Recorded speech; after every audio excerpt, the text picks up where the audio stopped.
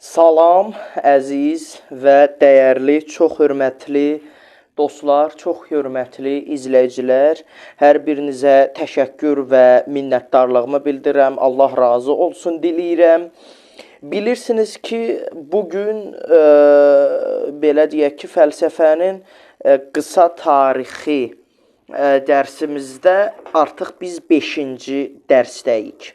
Artıq 5-ci dərsə qədər gəlib çatmışıq və bundan əvvəlki 4 bölümdə biz xeyli dərəcədə nəticələr çıxartmışıq. Çünki mən bunu sizdən gələn yorumlar, şərhlər və mənə gələn şəxsi mesajların nəticəsində belə qənaətə gəlirəm ki, bundan əvvəlki 4 mühazirəmiz, yəni 4 dərsimizdə biz kifayət qədər nəticələr çıxarmışıq və artıq yolumuzda əmin addımlarla ilərləyirik. Və bəri başdan bunu da deyim ki, belə deyək, əvvəlki dərsdən sualları olan yoxdur, belə başa düşürəm. Çünki əgər olsaydı, yorum olaraq gələrdi. Həm yoruma da bildirirlər, həm də bizim bir çox aktiv izləyicilərimiz var. Mən ona görə də çox sevincliyəm ki, vaxtında başlayandan axıra qədər hələ 2 dəfə təkrar baxan bizim dəyərli dost və qardaşlarımız var, yaxınlarımız var.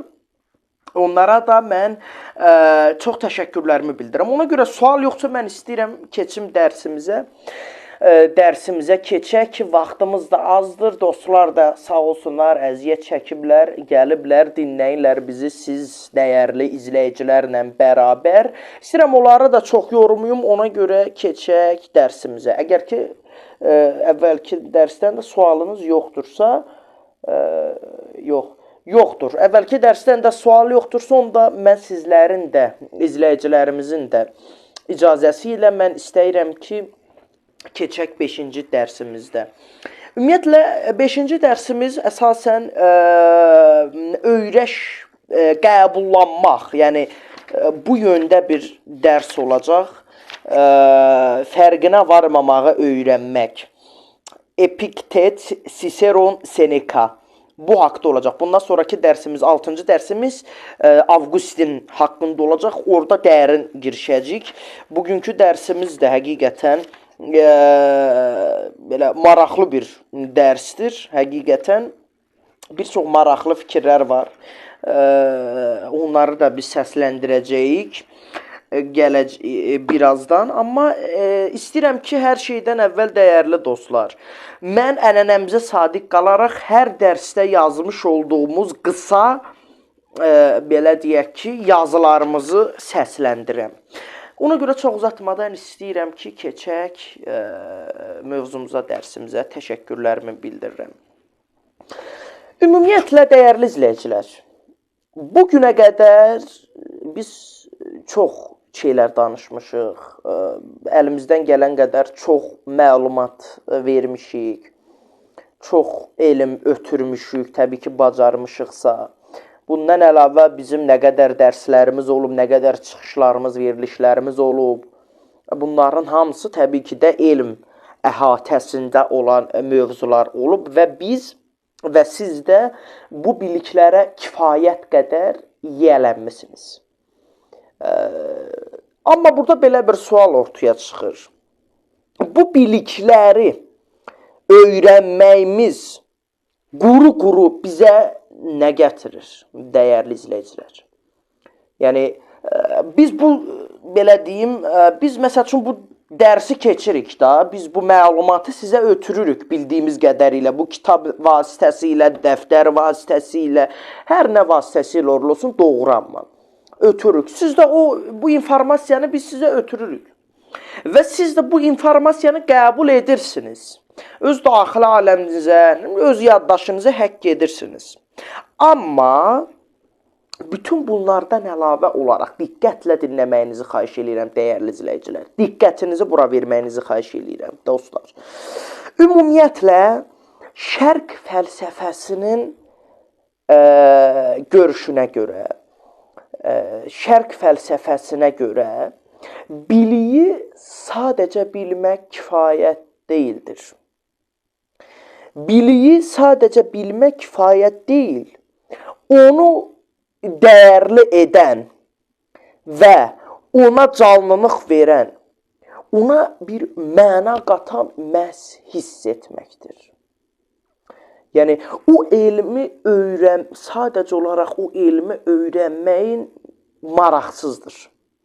O elmi öyrəndikdən sonra, o elmə yiyələndikdən sonra, o elmi daxili aləmdən, ürəkdən belə biraz rolidirdə danışmağımız lazım gələrsə, daxili aləmdən hiss etməkdir onu dəyərli və canlı edən, onu maraqlı hala gətirən. Və bu zaman artıq o elmi hiss etdikdən sonra o elmə bir məna gəlir. O məna gəldikdən sonra bu da insana xoşbəxtlik gətirir. İnsana xoşbəxtlik bəxş edir, belə deyək. Və insanın da yeganə qayəsi, bu həyatda tək bir hədəfi var, xoşbəxtlik. Evdubaniyada deyə bilərsiniz, buna xoşbəxtlik də deyə bilərsiniz, hər nə ad qoyursunuzsa, axırı xoşbəxtlik. Bu da xoşbəxtlikdir. Yəni, bilik yalnız zehində qaldıqda bu sadəcə quru bir məlumatdan fərqi yoxdur. Amma həmən o məlumatlar qəlbdən keçdikcə hikmətə çevrilir. Bu şərq fəlsəfəsinin düşüncəsidir. Yəni, ona öyrənilən o elmə məna qatmaq çox mühüm bir şeydir. Yəni, biliyi sadəcə bilmək kifayət deyil.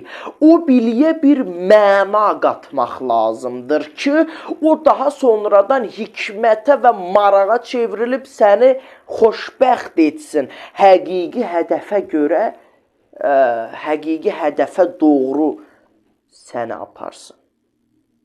Qərb fəlsəfəsi bunu müdafiə etmir. Bəri başdan deyim, bu şərq fəlsəfəsinin düşüncəsidir. Ona görə çalışaq dəyərli izləyicilər, bunu bəlkə də mən lap əvvəldən deməliydim. Elə ilk mən bu belə deyək ki, platformaya, bu sferada işə başladığımız gündən gərək biz bunu deyərdik ki, qismət bu günə imiş.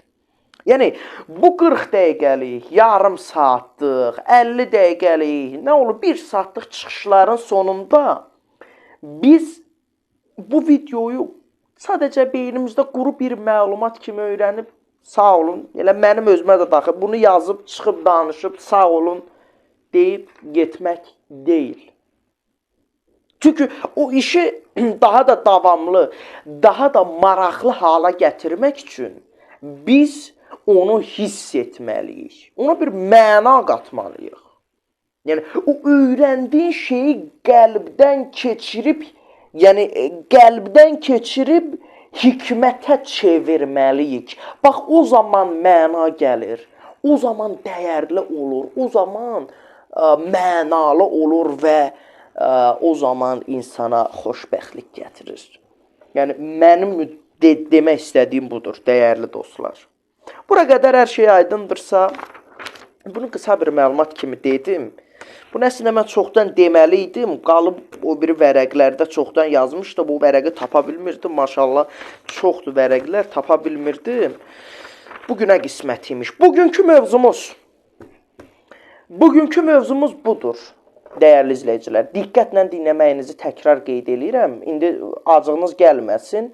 Sadəcə olaraq sizin bütün diqqətinizi bura verib dinləməyiniz bu zaman hər şey sizə aydın olacaq.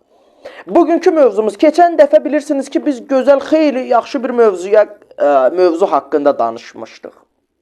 Keçən dərs doğru yolu necə təyin etməliyik və o yolda necə addımlamalıyıq. Bu haqda biz danışmışdıq. Bugün isə pis fikirlərdən necə azad olaq? İstədim biraz da bu mövzu ətrafında biraz danışaq. Belə başlayayım. Başlamamışdan əlavə bunu deyim. Ümumiyyətlə, bu mövzu bizlər üçün və bütün cəmiyyət üçün aktual olan Yəni çox vacib olan bir mövzudur. Bunu nəyə görə deyirəm? Çünki belə deyək ki, bu pis fikirlər ümumiyyətlə insanın həyatı boyu insanın yanında olur, insanla bərabər olur və bu pis fikirlər də öz-özlüyündə bir neçə kateqoriyalara bölünür. İndi mən danışacağım bugün hansı pis fikirlər haqqında deyirəm. Və ümumiyyətlə bu mənfi düşüncələr, bu belə deyək ki, insan beyninin içində olan o boşluq ki var, o boşluq indi birazdan burada da oxuyacağım, amma qabaqcadan qısa xülasə olaraq deyim. İnsan beynində olan o boşluq nəticəsində artıq ora qorxu dolmağa başlayır. Təxmin edirəm. Və bunun nəticəsində də bu pis fikirlər, bu qorxulu fikirlər nəticəsində insanda o tibbi dillə desək, yəni elmi dillə desək, insanda o panik atak yarana bilirdilər. Panik atak, anksiyete bu müasir insanlarımızda çox sıx rastlanan bir psixoloji bir problemdir və bunun üstəsindən gəlmək də mümkündür. Təbii ki, üstəsindən gəlmək mümkündür. Ümumiyyətlə, bu pis fikirlər ki var, indi bütün kateqoriyalara aiddir bu. Biz bunu müəyyən etmək üçün o pis fikirlər ilk öncə bilirsiniz bizim xəyal aləmimizə, bizim təsəvvürümüzə gəlir. Bundan əlavə olaraq bu pis fikir bizim xəyal aləmimizdə, təsəvvürümüzdə canlanırsa, biz hər şeydən əvvəl olaraq o fikrin altında yatan səbəbi və niyə yarandığı haqqında düşünməliyik. Yəni, səbəbini düşünməliyik. Səbəb, çarə, nəticə zəncir var bu əlaqə. Səbəbini düşünməliyik ki, bu fikir niyə yaranır? Daha sonra o kontrol altına almaq deyirlər, yəni RAM. Xəyal qüvvəsini də RAM etmək üçün, RAM eləmək üçün maksimum şəkildə günahlardan çəkinməliyik, dəyərli izləyicilər. Bu çox mühümdür. Yəni, xəyal qüvvəmizi öz əlimizdə, öz təsir altımızda, yəni RAM eləmək üçün maksimum şəkildə günahlardan çəkinmək lazımdır ki, o fikirlər xəyal aləmimizə gəlməsin. Niyə? Çünki bizim gördüyümüz şeylər xəyalımızda canlanar da, yəni normal olaraq. Buna çox önəm verməliyik. Ümumiyyətlə, belə başlayıram. Pis fikirlərdən tam qaçmaq mümkün deyil. Çünki beyin boşluğu sevmir. Sual, burada yaranan sual onları necə yox etmək deyil, necə idarə etməkdir. Necə idarə etməkdir? Əsl azadlıq fikrin gəlməməsi deyil, gəldiyi halda səni idarə edə bilməməsidir. Başa düşürsünüzmü? İnsan beynində pis fikirlər çox vaxt qorxu, nəzarət ehtiyacı və ya həll olunmamış narahatlıqlardan doğur. Qorxular. Və beyin də normal olaraq təhlükəni sevmir deyə ehtimal olunan ən pis ssenarilər istehsal edir ki, sən buna hazırlaşasan. Yəni, bu düşmən mexanizmi deyil, özünü müdafiə mexanizmidir. Yəni, belə deyək ki, beyin təhlükə anında olduğunu hiss etdiyi zaman maksimum şəkildə beyində ən pis ehtimalları, ən pis ssenariləri qurub verir ki, qabaqcadan sən artıq çarə axtarmağa başlayasan. Yəni, bir nəvi elmi dillə desək, özünü beyin bu situasiya zamanı, bu zaman beyin özünün müdafiə sistemini aktiv edir. Amma şüursuz qalanda bu zəhərə çevrilir. Birinci addım, mübarizə aparmaq deyil, tanımaqdır. Yəni, fikir gələndə onu boğmağa çalışmaq bu zaman əks təsir yaradır. Bu, bugün bizim biraz lap tibbi bir şey oldu. O bizim biraz ondan da biz deməli şey eləyirik. da bir yazı var, oradan oxuyuruq. Deməli, belə deyək ki, bunu mən necə başa salmayım? Belə deyə bilərik. Baxın, dəyərli izləyicilər. Əgər ki, bir təhlükə olarsa, bir nə bilim, bir pis bir hadisə iraq olsun, Allah uzaq eləsin belə şeyləri, pis şeyləri. Olarsa, onu həddindən artıq böyüdən zaman, onu boğmağa çalışdığımız zaman, beyində daha çox narahatçılıq yaranır. Yəni, beyin onu daha böyük təhlükə kimi qəbul edib, bu zaman belə deyək ki, təhlükə sinyalı dilləri daha pik həddə gətirib çıxardır bunu.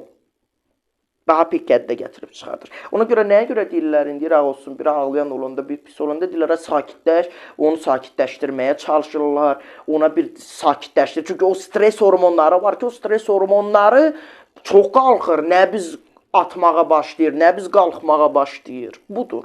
Ona görə sən onu birinci zaman beynə, o sos sinyalı deyirlər, beynə o qorxu, həyəcan, təşviş alarmını verməmək üçün sən onu həddindən artıq böyütməməlisən ki, problem də daha da çox artmır. Çünki sən onu həddən artıq böyütməyin problemi daha da böyüdəcək, nəinki azaldacaq. Bu diqqət ediləsi bir şeydir. Onun yerinə içində sakitcə belə demək daha təsirlidir. Bu bir fikirdir, həqiqət deyil. Yəni, bu cümlə şuurla fikir arasında məsafə qoyur. Məsafə qoyur şuurla fikir arasında. Yəni, sənin fikrin içində yox, fikrə baxan tərəfə keçirsən. Yəni, bu birinci addım idi. Problemi həddindən artıq böyütmə, çarə axtarmağa başla. Bu birinci idi. İkinci addım isə diqqəti istiqamətləndirməkdir. Bu da nədir? Beyin eyni anda iki mərkəzə fokuslana bilmədiyi üçün bədəni hərəkətə gətirmək, məsafəni yavaşlatmaq, konkret bir işə yönəlmək fikrin enerjisini kəsir. Yəni, beyin eyni anda bir neçə, belə deyək ki, eyni anda bir neçə hərəkətə, bir neçə şeyə fokuslana bilmir. Yəni, pis fikirlər çox vaxt hərəkətsizliklə böyülür. Fəaliyyət içində zəifləyir. Yəni, beyin həddindən artıq boş qalanda artıq istər-istəməz o fikirlər dolmağa başlayır. Ona görə nəyə görə deyirlər? Fəaliyyət içində olmaq lazımdır ki, o zəifliyə. Yoxsa boş bekar o təcrid olmadı. Belə şey olanda bu zaman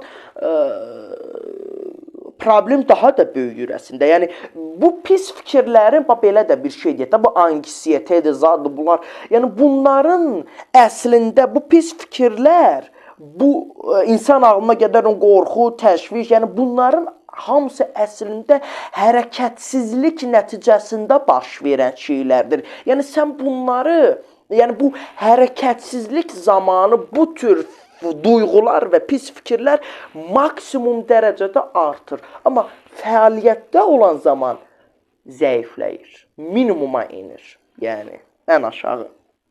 Bura qədər hər şey aydın oldu. Sona gəlirəm. Üçüncü addıma gəldim yazıda. Üçüncü addım isə mənadır. Boş zehin qorxu ilə dolur. Mənalı zehin isə istiqamət tapır. İnsan yalnız fikirlərlə deyil, məqsədlə sakitləşir. Nəyə doğru getdiyini bilən beyin nədən qaçdığını düşünməyə daha az enerji sərf edir. Yəni, planlı və hədəfli şəkildə çalışmalıyıq. Yəni, gün ərzində elə bomboş oturmağın belə indi yol göstərmək kimi olmasın dəyərli izləyici. Yəni, bir kiçik qardaşınız kimi deyirəm. Yəni, bomboş, elə boş oturub elə telefonla baxmaq, TikTok, Reels fırlatmaq, bir dəqiqəli videolara, onun özü də bir şey deyil. Yəni, o da əslində insana bir nəvi stres verir, qorxu verir. Niyə? Çünki insan beyni bu qədər məlumatı eyni anda belə deyək ki, qəbul eləməsi də insan əslində bu duyğuları yaradır. Yəni o qədər çevrə, o qədər yəni informasiya patlaması baş verir də belə deyək. Eyni anda çoxlu informasiyalar da beynə belə deyək ki, negativ enerji ötürür, belə deyək. Bura qədər hər şey aydın oldu. Pis fikirlər düşmək deyil. İdarəsiz qalan enerjidir. Onlar məhv etməyə, deməli, onları məhv etməyə çalışdıqca böyüdürük, yönləndirdikcə zəiflə, yəni üstünə düşmə. Yəni sən belə deyək ki, fəaliyyətdə ol, narahat olma. Sən nə maksimum dərəcədə fəaliyyətdə olduğun zaman azad olacaqsan, maksimum zəiflədəcəksən, çox böyük əziyyət çəkməyəcəksən. Yəni azadlıq fikirsizlik deyil, fikrin üstündə dayana bilməkdir. Yəni sakit, deməli sakitlik də məhz oradan başlayır, dəyərli izləyicilər. Xeyli danışdıq bir 15-20 dəqiqə yaxın bu mövzu ətrafında danışdıq. Ümid eləyirəm bunu yazırsınız dəyərli izləyicilər. O əsas yerləri yazın. Sonradan özünüz oturun. Deyin quru-quru. Bax bayaq ilk başda dediyim quru-quru məlumat yox. Orada mənə axtarın, onu maraqlı hara gətirin, hiss edin. Vaxtımız azdır dəyərli izləyicilər. Bura qədər hər şey aydın oldusa mən istəyirəm keçim bizim bugünkü mövzumuza. Belə deyək ki, kitabı da çox başdan ayağa oxumuram, əsas yerləri oxuyuram. Deməli, keçən dəfə Epikürü bitirmişdik, səhifə 38-də idik. Maşallah, bugün də bunu qutaracaq bir xeyli yer gəlmişik. Daha sonra da Avqustin olacaq, həqiqətən dəyərli bir mövzu ətrafında olacaq. Getdik. Belə başlayaq. Fərqinə varmamağı öyrənmək. Epiktet, Siseron və Seneca. Siz evdən çıxmaq istəyəndə yağış yağmağa başlayırsa, bu bəxtsizlikdir. Çətir götürmək və ya görünüşünüzü təxirə salmaq imkanınız yoxdursa, əl atacağınız başqa çarə qalmır. Yəni, nə qədər istəsəniz də yağışı dayandıra bilməzsiniz. Buna görə canınızı sıxmağa dəyərmi? Bəlkə siz sadəcə fəlsəfi davranırsınız. Yəni, fəlsəfi olmaq dəyişə bilməyəcəyiniz şeyləri sadəcə qəbul etməkdir. Yəni, bunu mən əvvəlki verilişlərimdə demişdim dəyərli izləyicilər. Yadıma gəlir, bilmirəm, hansında demişdim ki, bəzən qəbullanmaq da əslində cavab tapmaq deməkdir. Yəni, məsəl üçün, o bəzi ki, cavabsız suala, elə deyəsən, bu fəlsəfə tarixi dərslərimizdə idi, səhv etmirəmsə, yəni, bəzən cavabsız sualların cavabı da elə onun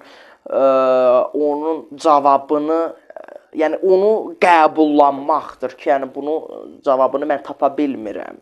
Yəni, İnsan bəzən qəbullanmağı da bilməlidir və bunu da fəlsəfi olmaq deməkdir. Yəni, burada işlənən o fəlsəfi olmaq sözü, yəni bu, belə deyək ki, dəyişə bilməyəcəyimiz şeyləri qəbullanmaq mənasında işlədilmişdir. Davam eləyək, bəs böyüyüb yaşa dolmaq və həyatın bu qədər qısalığı necə? İnsanın bu xüsusiyyətinə münasibətiniz necədir? Yəni, yenə də eyni cürmü? İnsanlar başlarına gələn işlərlə bağlı fəlsəfi davrandıqlarını deyəndə stoiklərin müddəalarını təkrarlayırlar. Yəni, stoikdə və ya stoatçı sözünü Afinada filosofların toplaşdıqları şəkillərlə deməli, bəzədilmiş bir heyvan olan stoa sözündən yaranıbdır. Bu, belə deyək, bu filosofların ilklərindən biri Stiyalı Zenon, deməli, eramızdan əvvəl üzr istəyirəm, dəyərli izləyicilər, 334-262-ci il idi. Yunanistanın erkən stoiklərinin reallıq, məntiq və etika problemləri ilə bağlı geniş nəzər nöqtələri var idi. Lakin onlar öz mental nəzarət düşüncələrinə görə xüsusilə məşhur idilər. Onların fəlsəfəsinin əsasını biz Yalnız dəyişə biləcəyimiz şeylərə görə narahat olmalıyıq. Yerdə qalanlar heç bizi narahat etməməlidir. Yəni bugün bu mövzu ətrafındadır da bu, yəni bu 5-ci mühazirəmizin mövzusu budur. Düşüncəsi təşkil edirdi. Skeptiklər kimi onların da məqsədi zehni tarazlıq idi. Hətta sevdikləri insanların vəfatı kimi tragik məqamlarda da stoiklər sarsılmırdılar. Yəni belə deyək, çox zaman baş verən hadisələr bizim nəzarətimizdən çıxsa da, onlara necə münasibət bəsləməmiz məhz bizim özümüzdən asılı olur. Bu da nədir? Stoiklərin ideyasının əsasında insanın hiss etdiklərinə və ya düşündüklərinə görə cavabdehlik daşıması fikri durur. Yəni yaxşı və pis işlərə necə münasibət göstərəcəyimizi biz seçə bilərik. Yəni hər şey yəni insanın özündən asılıdır da, yəni. Heç kim səni məcbur eləmir, bax bunu elə. Yəni sən öz istəyin, öz qərarındır. Bəzi insanlar öz emosiyalarını hava durumu kimi qəbul edirlər. Stoiklər isə əksinə müəyyən bir hadisə ilə bağlı bizim nələr hiss edəcəyimizi məhz özümüzün seçdiyimizi düşünürdülər. Emosiyalar da sırf öz başına formalaşmır. İstədiyimizi əldə edə bilməyəndə kədərlənməmiz də, kimsə bizi aldadanda qəzəblənməmiz də mütləq deyildir. Yəni stoiklər emosiyaların sağlam düşüncəni və məntiqi dumanlandırdığına inanırdılar. Odur ki biz onları belə deyək ki, biz onları sadəcə nəzarətdə saxlamalı deyil, bacardıqca ixtisar da eləməliyik. Ən məşhur stoiklərdən biri sayılan Epiktet, eramızdan əvvəl 55, çox qədimdir bu. Qədim deməli, eramızdan əvvəl 55, 135-ci il əvvəllər illər arasında yaşayıb. Nəsə biraz oldum, üzrü sayın. Deməli, bu Epiktet əvvəllər qul imiş. Yəni, o çox çətinliklər görmüş, istirabın və acılığın nə olduğunu dadmışdı. Yəni, belə deyək, aldığı xəsarət üzündən axsayırdı. Bədən xəsarət alsa belə, düşüncənin sağlam qala biləcəyini iddia edərkən o sırf öz təcrübəsindən çıxış edirdi. Və biz birazdan stoizm nəzəriyyəsini də o haqda da danışacağıq, amma indi belə oxuyaraq gedirəm. Demək, bu sadəcə abstrakt bir düşüncə deyildi. Onun təlimində ağrı acının öhdəsindən gəlmək üçün praktiki məsləhətlər də mövcuddur. O bunu belə ifadə etmişdi. Düşüncələr bizim özümüzdən asılıdır. Bu, yəni insan azaddır. İnsan azad bir varlıqdır. Bu fəlsəfə Vyetnam müharibəsi zamanı Şimali Vyetnam üzərində vurulmuş hərbi pilot James Stockdale'i də ruhlandırmışdı. Stockdale əsirlikdə bir neçə dəfə işgəncələrə məruz qalmışdı. Kollecdə öyrəndiyi Epiktet fəlsəfəsi sayəsində o diri qalmağı bacarmışdı. Paraşütlə düşmən ərazisinə indiyi zaman nə baş verməsindən asılı olmayaraq o möhkəm dayanmaya qərarlı idi. Buna nail olmasaydı, onun özünə də təsir etməsi mümkün olmayacaqdı. Çoxlarını məhv edən ağır işgəncələrə və tənhalığa sinə gərməkdə stoiklik fəlsəfəsi ona kömək etmişdi. Bu sərt fəlsəfə qədim Yunanistanda yaranmış, lakin Roma imperiyasında inkişaf etmişdi. Yəni, stoatçılığın yayılmasında xüsusi xidmətləri olan iki əhəmiyyətli yazıcı Mark Tully Ciceron, doğum tarihi eradan əvvəl 106-43-cü illər və Lucius Annaeus Seneca da eramızdan əvvəl 1-ci eramızın 65-ci illərində idi.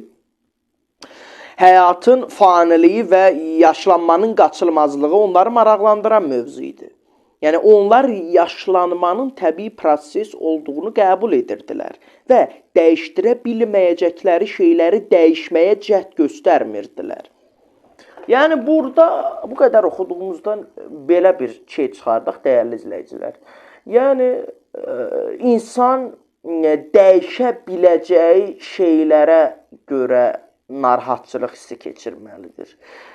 Yəni onun əlində olan. Amma dəyişə bilməyəcəyi şeylərə görə insanlar narahat olmamalıdır.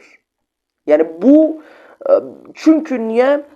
Bunun onsuz da sən dəyişə bilməyəcəksənsə, sən bunu qəbullanmalısan və narahatçılıq hissi keçirməməlisən. Yəni niyə? Çünki bu sənin əlində olan bir şey deyil.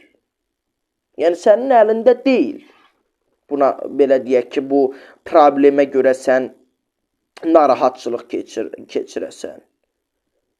Yəni sən dəyişə biləcəyin şeyə görə belə deyək ki, narahat ola bilərsən. Amma dəyişə bilməyəcəyin şey üçün narahat olmağın əsassızdır. Yəni doğru deyil. Doğru deyil. Yəni bunu bilməlidir və insan da azaddır. Yaxşı ilə pis insan özü seçə bilir. Öz qərarlarını özü verə bilir. Yəni müstəqil bir varlıqdır da bunu deyə. Yəni burada bunu demək istəyir. Biz kitabla gedirik. Ondan sonra belə davam eləyək. Siseron gün ərzində mümkün olandan daha artıq iş görürdü. O həm vəkil, həm siyasətçi, həm də filosof idi. Özünün Ahıllıq kitabında yaşlanmanın 4 əsas problemini müəyyən etmişdi. İşləmək çətinləşir, bədən zəifləyir, fiziki əzlər itir, ölüm isə yaxınlaşır. Yaşlanmaq qaçınılmazdır. Lakin Siseronun iddia etdiyi kimi biz bu prosesə necə reaksiya verəcəyimizi məhz özümüz seçə bilərik. Və qəbul etməliyik ki, ahıl yaşda geriləmə həyatımızı çətinləşdirməməlidir. Birincisi, yaşlı insanlar daha çox təcrübəyə malik olduqları üçün hər hansı işə daha az vaxt sərf edirlər və daha effektiv belə deyək ki, davranırlar. Yəni vaxtdan da doğru istifadə eləmək mühümdür, dəyərli izləyicilər. Yəni vaxtdan doğru istifadə etmək və yəni ümumiyyətlə proqramlı şəkildə addımlamaq belə deyək ki 1-0 öndə olmağın deməkdir. Yəni proqramsız şəkildə çalışmaq bir şey deyil. Yəni proqramlı və tərtibli şəkildə çalışmağın daha effektiv bir üsuldur və sənin qarşıya qoyduğun hədəfə çatmağında sənə çox yardımcı olan bir şeydir. Belə davam edək. Daim idmanla məşğul olduqlarından bədənlərinin zəifləməsini onlar yubada bilərlər.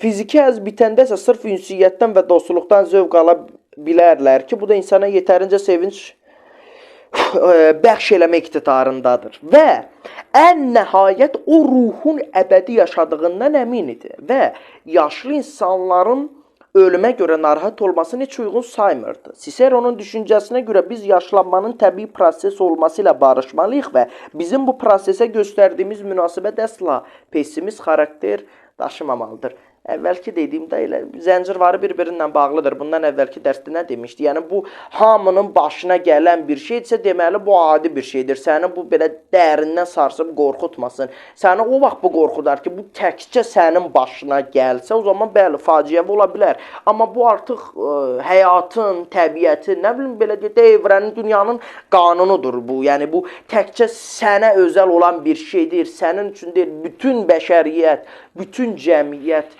aləmi bəşər aləmi üçün olan bir şeydir. Yəni bu bütün hər kəsə aid olan bir şeydirsə, bunun üçün sənin çırpınmağın, qorxmağın, sarsılmağının da heç bir yeri yoxdur. Deməli, stoisizm nəzəriyyəsinin məşhurlaşılan daha bir filosof sayılan Seneca həyatın faniliyi haqda yazarkən oxşar xəttə sadiq qalmışdı. Və o, demək olar ki, biz heç zaman kiminsə həyatının uzunluğundan şikayətləndiyini eşitmirik. Yəni, hər kəs onun hədsiz qısalığından şikayət edir.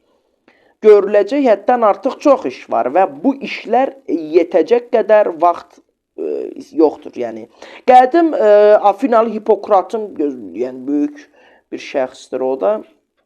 Sözləri ilə desək, həyat qısadır, sənət isə uzun. Ölümlərin yaxınlaşdığını sezən yaşlı insanlar görmək istədiyi işləri tamamlamaq üçün adətə əlavə bir neçə il də möhlət istəyirlər. Əksər hallarda isə iş işdən keçmiş olur və onlar etmədiklərinə görə kədərlənməyə başlayırlar. Bu isə belə deyək ki, məsələdə deməli keçmiş və etmədiklərinə bu məsələdə təbiət çox amansızdır. Çünki bəs başladığımız işi tamamlama mərhələsində ikən ölüm bizləri haqlayır. Və Seneca, amma burada Seneca isə bu düşüncə ilə razı deyildi. Ciceron kimi çox şaxəli bir insan olan Seneca dram əsəri yazmağa, siyasətçi, filosof və eyni zamanda uğurlu biznesmen olmağa nail olmuşdu. Və onun fikrinə görə problem həyatın qısa olmasında deyildi. Çox adamın əlində olan bu zamandan nə qədər deməli, nə qədər ağılsız yararlanmasında idi. Yəni, bu da nə demək istəyir? Qısa olaraq desək, dəyərli izləyicilər. Yəni, bugünün işini sabaha qoymaq doğru deyildir. Bugünün işini bugün görmək lazımdır. Sabahın işini də sabah görmək lazımdır. Yəni, ümumiyyətlə, oturub düşünmək. Yəni, bu fəlsəfə elmi ümumiyyətlə. Bu fəlsəfə anlama sənətidir. Yəni, biz fəlsəfəyi tamamilə oxuyaraq, bu düz deyil. Yəni, biz fəlsəfəyi oxuyaraq bilə bilmərik. Yəni, çünki bizim müəllim var, bir dənə gözəl bir söz işlətdi o da. Deyir ki, misal üçün, sənin o 150 dənə oxuduğun kitabdan bir dənə qəşəng bir görünüşlü ağac küləyin əsməsi ilə ona baxıb etdiyin təfəkkürü sən o oxuduğun 150 kitabın nəticəsində ala bilmərsən. Və yaxud da bunu belə də deyə bilərik, ruçka düşdü, və yaxud da bunu da deyə bilərik qələm, bunu da deyə bilərik, sənin 150 kitabda oxuduğun, 150 kitabda ala bilmədiyin, tapa bilmədiyin cavabı o həmən o bir 10 dəqiqəlik bir ağaca, bir təbiətə baxıb etdiyin təfəkkür zamanı sən o cavabı ala bilərsən. Və bu da nə deməkdir? Fəlsəfə elmini biz sırf oxuyaraq anlaya bilmərik. Ona görə mənim də bütün izləyicilərimə və dostlarıma da yüksək dərəcədə xahişim ondan ibarətdir ki, biz hər zaman, yəni hər gün 5 dəqiqə olsa belə, 1 dəqiqə olsa belə də, bir də 60 saniyə də bir dərindən amma təfəkkür etməyimiz lazımdır. Yəni, əgər ki, doğrudan da fəlsəfəyə böyük maraq göstəririksə, bu mənim özümə də aiddir. Tam şəkildə bilmək istəyiriksə, bu bizə olduqca lazımi bir şeydir. İndi belə deyək. Deməli, ümumiyyətlə, bu həyatın deyirik, məsələn, həyat qısadır, zadbi. Yəni, həyatın qısalığına qəmlənmək əvəzinə biz, burada da qeyd edilib, ondan mümkün qədər dolğun və düzgün şəkildə istifadə etməliyik. Çünki bizim gündəlik həyatımızda kifayət qədər vaxtımız olur. Yəni, o bəzi adamlar var, vaxtı öldürən, vaxtı. Kişi, sən nə qədər böyük vaxtın var ki, sən sırf vaxtı öldürmək üçün çalışırsan. Yəni, nə mənada. Biz, vaxtımız olduqca çoxdur əslində. Vaxtımızın çox olmasından asılı olmayaraq, nə mənada vaxtımızın çox olmasını biz özümüzə fürsət görüb, o vaxtı biz vaxtında ona biz düzgün şəkildə istifadə etməli. Yəni, vaxtdan doğru və düzgün şəkildə yararlanmaq lazımdır. Yəni, yararlanmaq lazımdır. Çünki gedən vaxtı bir də geri qaytarmaq mümkün deyildir, dəyərli izləyicilər. Və bu da çox mühüm bir faktdır. Vaxt azaldı ha. Qutarıram, əsas yerləri oxuyuram bundan sonra. Yəni, bu ümumiyyətlə, bu nə deməkdir? Yəni, bəzən suallar cavabsız ola bilər. Yəni bəzi sualların cavabı olmaya bilər. Yəni sən sənə lazım olan şeylərin yolunda getməlisən. Başa düşürsünüzmü? Yəni dəyişə biləcəyin şeylər haqqında narahat ol. Dəyişə bilməyəcəyin şeylər haqqında narahat olma. Bu bir. İkincisi, sənə bir hədəfin ki var. Bu hədəfə effektli şəkildə hazırlanmaq istəyirsənsə, doğru planlı, çərçivəli şəkildə addımlamalısan ki, və bundan əlavə olaraqsə sənə verilən bu 60-70-80 illik bu ömrün ki var, bu ömürdə sənə verilən ki o vaxt var, o vaxtı, o zamanı vaxtında doğru və düzgün şəkildə dəyərləndirib belə deyək ki, müəyyən yaxşı nəticədə deyək ki, yaxşı şeylə deyək ki, sən nəticələr ala bilərsən. Çünki gedən vaxtı geri qaytar. Nəyə görə deyirlər ki, vaxt qızıldır, qızıldan da qiymətlidir? Niyə? Çünki o gedən vaxtı sən axı gətirə bilməyəcəksən. Bu mümkün deyil yəni. Sən o gedən vaxtı gətirə bilməyəcəyin üçün vaxtında sən onu dəyərləndirməyi bacar. Bax, ondan sonra bir çox sirli olan qapıların, bir çox qapılar artıq açılacaq. Ondan sonramasına həyatı mənalı yaşamağın bir üstünlüyü də qocaldığınız və xatirələrin sizi kədərləndirməməsidir. Yəni, xatirələr. Ümumiyyətlə, bu hamıda var. Qoca vaxtı xatirələrindən İnsan belə deyək ki, düşünən zaman həmən o baba, o yaşlı şəxs bu zaman o kədər, onu %90 hamıda belə, onu hüzünləndirə bilir, kədərləndirə bilir. Amma burada onun əksini iddia edir. Deyir ki, kədərləndirməməlidir mənalı yaşamaq istəyirsənsə həyatı. Yəni, səni bu xatirələr. Vaxtınızı hədər etsəniz, qocaldığınız zaman geriyə boylananda həyatınızı nələrə sərf etdiyiniz barədə düşünmək istəməyəcəksiniz. Yəni, çünki nə qədər imkanları əlinizdən buraxdığınızı fərqinə varmaq sizə ağrılı gələcək. Yəni, peşmançılıq hissi ki var, yəni peşmançılıq hissi sizi bürüyəcək demək istəyir. Ona görə o vaxtı, həmən o zamanı öz vaxtında dəyərləndirmək olduqca lazımi bir şeydir. Yəni, nə qədər çox adamın cılız işlərlə məşğul olmasının səbəbini Seneca məhz bunda görürdü. Bu isə vaxtı hədər etməkdən yayınmağın bir üsuludur əslində. O, oxucularını kütlədən ayırmağa və güclərini cılız işlərə sərf etməməyə, öz-özlərini gizləməməyə çağırırdı. Bəs Seneca'nın fikrincə əsas yerlərə gəlirəm, qutarıram dostlar. Görürəm, yoruldunuz. Belə bəzi dostlar var, artıq biraz dərin söhbətlərdir. Həqiqətən də fikir versən, məndə də yorulma gedir. Bəs Seneca'nın fikrincə biz vaxtımızı necə sərf etməliyik? Stoacı ideya bir dərviş kimi, yəni başqa insanlardan kənar yaşamağı tələb edirdi. Onun ideyasına görə yaşamağın ən məhsuldar yolu fəlsəfəni öyrənməkdir. Seneca'nın həyatı ona təlim etdiklərini praktikada isbatlamaq üçün xeyli imkan vermişdir. Buraları keçirəm. Yəni, stoacılıq təliminə, yəni bu kitab varsa, mən ilk verilişdən demişəm, dərsdən demişəm, dəyərli izləyicilər, bu kitabı almağınızı xahiş eləyirəm. Əgər ki, mümkün olmasa bu zaman türk dilində də olsa PDF-ləri var. Oradan özünüz də hər veriliş sonu özünüz də, ya vaxt yoxdur, gecə bir oturub bir baxarsınız, o da hər kəs telefonuna baxır, əlində telefon olur, bir oxuyarsınız özünüz də başdan, gözdən keçirərsiniz. Stoacılıq təliminə yanaşmalardan biri də onun psixoterapiya həyatımıza asanlaşdıracaq psixoloji üsullar silsiləsi kimi qəbul etməkdir.